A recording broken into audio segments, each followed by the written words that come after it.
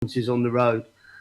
Yeah, we definitely do. It was a very tough group for us last year, Tony, because of it was a tough group, and because we lost the first match against Valencia at home, we gave ourselves a really difficult task, and so we had to go and get those results, which I like, because you saw that in our performances, the edge in our game, particularly at Ajax, which was a really tough place to go. So it's very important that we keep that edge. People will look at this group and maybe consider coming to Russia against a team that is their first time in the Champions League, etc. I think that it should be a comfortable game for us. We have to have edge in our game. Tomorrow we have to have edge wherever we travel in this group to try and make sure we get through it. Okay, we now have a Russian journalist, please, Archon. С чем связана задержка вашего прибытия на стадион? И второй вопрос, что вы знали о команде Краснодара до того, как она оказалась с вами в одной группе, и насколько вы сегодня осведомлены о своем сопернике? Спасибо. You were late a little bit. Can you tell us why you were late for the press conference? And the second question is, how much did you know about Krasnodar FC before you got into the same group? And how well do you know your opponents now? I apologise for being late.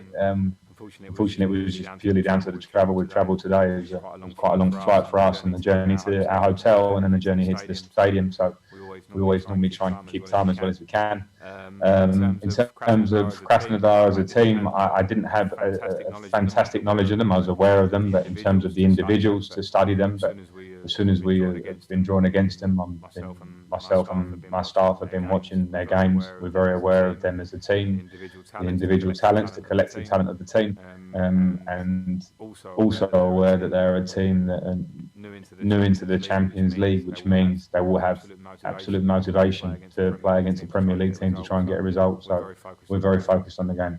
Okay, we'll do two more and then we'll finish. Nick Purewall, please. Hi Frank, thanks for your time as always.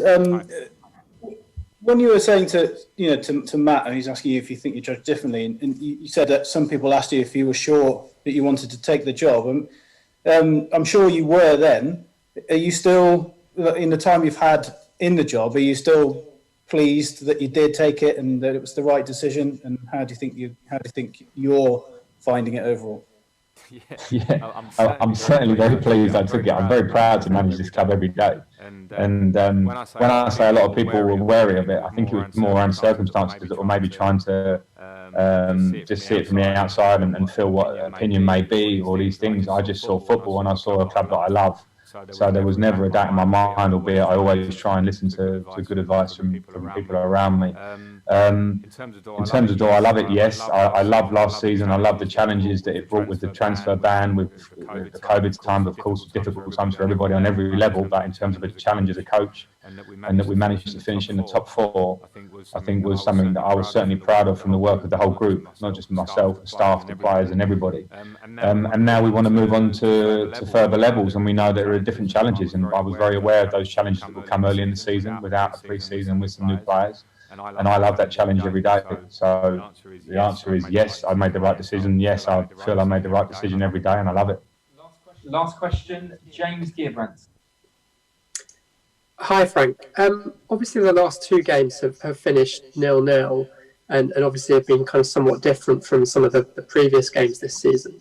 Has that been a conscious decision by you as the manager to kind of adjust the balance of the team a bit and maybe throttle back slightly on the attack in order to lay a little bit more priority on defensive solidity? No, I think we, with the last two games, we've played against high-level opponents. Seville and Manchester United, in their own ways, offer a lot of threats. And going into a Champions League game with Seville, you have to respect what they can do. They've just won the Europa League last year, took Bayern to extra time in the Super Cup, and they're a very talented team. So I wanted to get both sides of our game right. I think we got a lot of our defensive game right on the day. I didn't like every bit of it, because we are still improving, because now we're training in real time. These games we can't train in between too much, because it's too much there's too much physical, too many physical demands on the players of games. So we have to try and organise the team. I think we did it well in those 2 games. And the defensive side, the balance of us going forward wasn't as great as I would want it to be. But it's, and I said it after the game, the least of my worries in the big picture, because I know we have a lot of talent in this team. So getting both of our games is something that we're working on every day, both sides of our game. And I'm happy where we are. But we want more, and that will take work. That's it, everyone. Thank you. Good evening. Thank you.